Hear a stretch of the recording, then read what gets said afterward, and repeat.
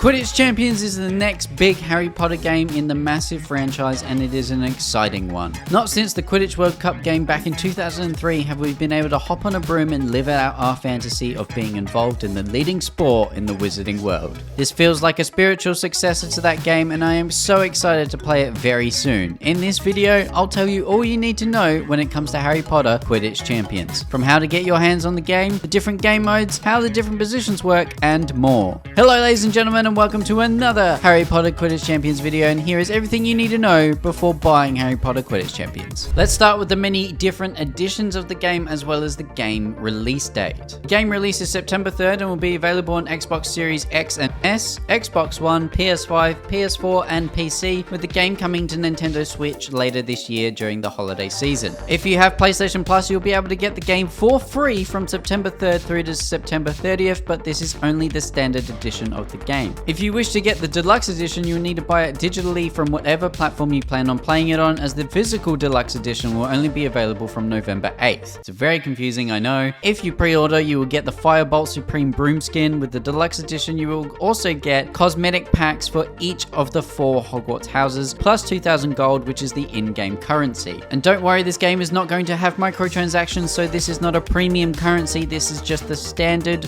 gold currency of the game. Okay, we're nearly there for bonuses. My goodness, this game's business model is a bit confusing. If you own Hogwarts Legacy, you will get a bonus pack with the Moon Trimmer Broom skin, as well as Sebastian Sallow as a hero and his wand. You will also get the Ancient Magic Emblem and Celebration, which honestly is a really cool bonus for those of us that played Hogwarts Legacy. So make sure if you're getting the game and you already owned Hogwarts Legacy, make sure you get it for the platform that you own Hogwarts Legacy on, as I'm pretty sure that's the only way you're going to get the Hogwarts Legacy pack bonus. Now for the price. The game is $50 Australian for the standard and $60 Australian for the deluxe. But of course, like I said, you could get the game for free if you have PlayStation Plus. If you have a PlayStation and you have PlayStation Plus, take advantage of this because this is such a good deal. And that is basically everything when it comes to the different editions of the game, bonus content, price range, everything. If I've missed something, let me know in the comments, because my goodness, there are so many different requirements and different dates for accessing content for this game. So I wouldn't be surprised if I missed something, but let me know in the comments down below if I did. Now we can actually move on to the game itself. Let's start with the game modes. You will have career mode, which can be played either alone or you can play with up to 3 friends for online co-op. This career mode will take you from the Weasley's Burrow to the Quidditch World Cup. You will get to play at Hogwarts for one of the 4 houses. Then you will move on to the Tri-Wizard level, where you can play for either Hogwarts, Durmstrang or Beauxbaton. From there you will move on to the final stage, which is international level, playing for either of the 16 nations available in the game. And of course, Australia is thrown in there, so you know who I'll be representing, ladies and gentlemen. I know this channel is called ThatAussieBrit, but I am green and gold all the way through, baby. The next game mode is exhibition matches. These are custom game lobbies that you can either play alone or with 3 friends in co-op. Here you can select the map, teams and difficulty level of the boss. So if you're looking for a more casual game mode where you just want to jump in, have some fun, play as whoever you want, this is the game mode for you. Maybe you got some friends over and you want to play the game, much like you would with like FIFA, where you just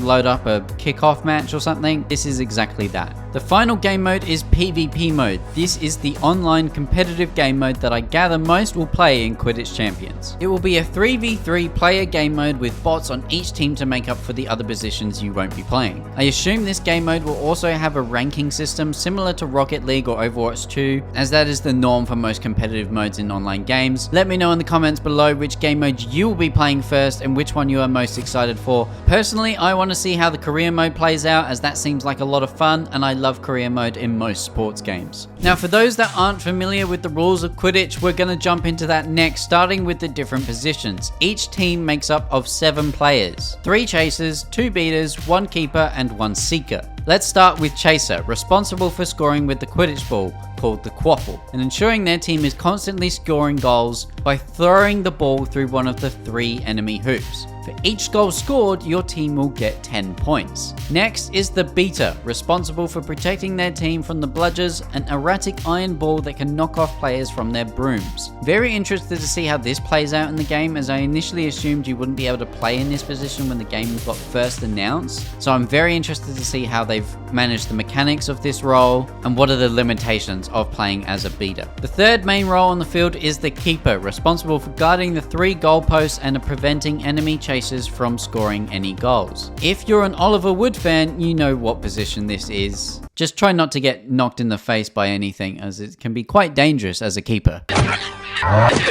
And the final position is the most famous one, the one that Harry Potter played, and that is the Seeker. Arguably the most crucial role in a Quidditch team, a Seeker's job is simple. Catch the golden snitch, which bags you 150 points and ensures your team almost always comfortably wins the match. However, the devs have realized the ridiculousness of the point total for the snitch. Thank God. And have changed how many points you'll get for the snitch. If your Seeker manages to catch that elusive golden snitch, your team will get 30 points. I also believe the snitch will not end the match like it does in the books, but instead you either have to be the first team to reach 100 points or have the most points by the end of the match to win. Personally, I am a big fan of these new rules. It makes the game way more balanced and a lot more fun. Let me know in the comments below which position you plan on choosing, as you'll get to switch between 2 during a match, whilst the bot takes over whichever position you have chosen and aren't controlling at the time. However, I will mention one of these positions must always be a chaser. Personally, I think my choices will be chaser and beater, because like I said, beater interests me in terms of the game mechanics and how they've made it playable. But let me know in the comments below which position you will choose. Now you're probably thinking, but who will I be playing as? The characters from the books or my own character? Well, the good news is you can choose both. Customization is a huge part of Quidditch Champions. You'll be able to choose your robes, headwear, hairstyle, and way more, including your broom. Bear in mind though that your broom will actually have stats that you'll have to think about when choosing one.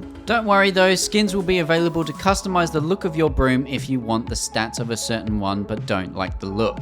It's not only cosmetics in your broom though that will be able to be customized. You will also have skill points to spend in the different positions you will get to play. This will involve leveling up different stats as well as unlocking special moves. I have no idea if this will apply to the PvP game mode, whether you have to skill up in that, or if it's just a career mode thing. I guess we'll find out when the game releases and I get to play it for myself, but I'm very interested to see how this all works out. Now, like I said, if you don't feel like customizing your own Quidditch player, you can choose between different hero skins that will be available in the game that range from Draco Malfoy to Harry Potter and more. So if you feel like throwing it back to 2003 and playing as one of the most famous characters in Quidditch, Harry Potter himself, then now is your chance to do that in a modern game. And that covers all the main features of Harry Potter Quidditch Champions. This game honestly looks like a lot of fun, and I'm hoping for a huge player base to keep this game going so we get cool new features, maps, skins, and more in future updates, as they've already said that there will be seasons and more maps coming to the game as we progress past the initial release date.